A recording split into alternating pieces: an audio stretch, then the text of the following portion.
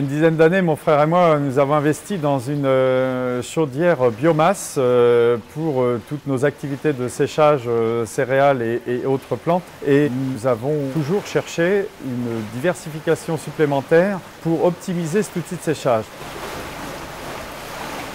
La spiruline est en fait une algue qui pousse naturellement dans les pays chauds, dans des lacs qui sont particuliers parce que légèrement salés et très alcalins, et une température moyenne de 35 degrés. Donc là, on s'est dit peut-être qu'on a une carte à jouer, à utiliser l'énergie qu'on a à notre disposition sur des mois où la chaudière normalement serait arrêtée pour chauffer des bassins de production de spiruline, parce que sous nos latitudes, nous ne la produisons que sous serre, pour des raisons climatiques et puis aussi risque de contamination extérieure.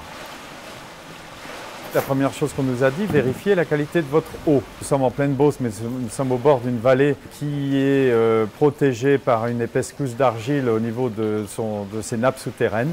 Et nous avons une eau qui est propre, j'allais dire, à produire de la spiruline, exempte de tout contaminant, pesticides, métaux lourds, enfin tout ce que vous voulez. Elle est clean pour ça. Alors nous avons à peu près un petit peu moins de 2000 m² de bassin, qui est dans une moyenne haute pour une ferme de production française.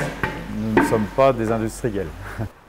Alors la spiruline, il faut savoir que c'est un aliment, c'est absolument pas un médicament. D'ailleurs, nous ne sommes que des agriculteurs et nous produisons des végétaux qui sont en fait utilisés pour l'alimentation. Et comme disait Hippocrate, que ton aliment soit ta santé, la spiruline est un aliment qui a de très grandes vertus, et surtout c'est produit en local.